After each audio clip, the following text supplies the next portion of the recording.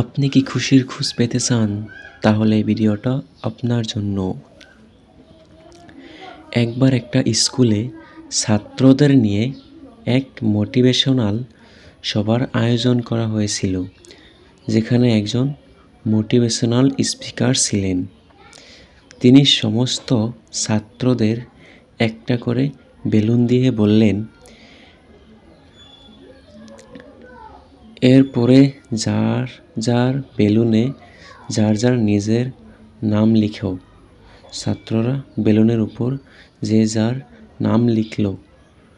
তারপর ওই নাম লেখা বেলুনগুলো একটা ঘরের মধ্যে রাখা হলো। তারপর স্পিকার বললেন, সবাই ওই ঘরে যাও এবং যে যার নিজের নাম লেখা বেলুন খুঁজে নিয়ে আনো। তোমাদের 5 মিনিট সময় দেওয়া হলো। সবাই হুড়োহুড়ি করে এক ঘরের মধ্যে ঢুকলো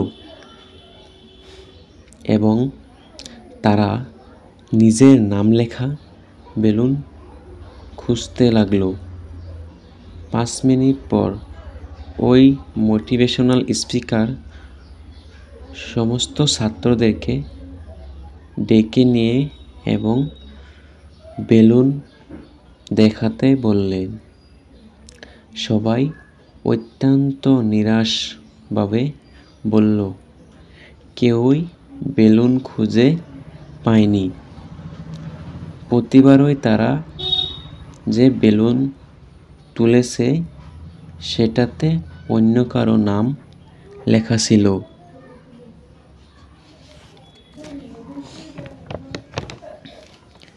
স্পিকার বললেন, তোমরা আবার যাও এবং এবার যে বেলুন তুলবে তাতে যে নাম লেখা থাকবে তার নাম ডাকবে এবং তাকে বেলুনটা দিয়ে দিবে।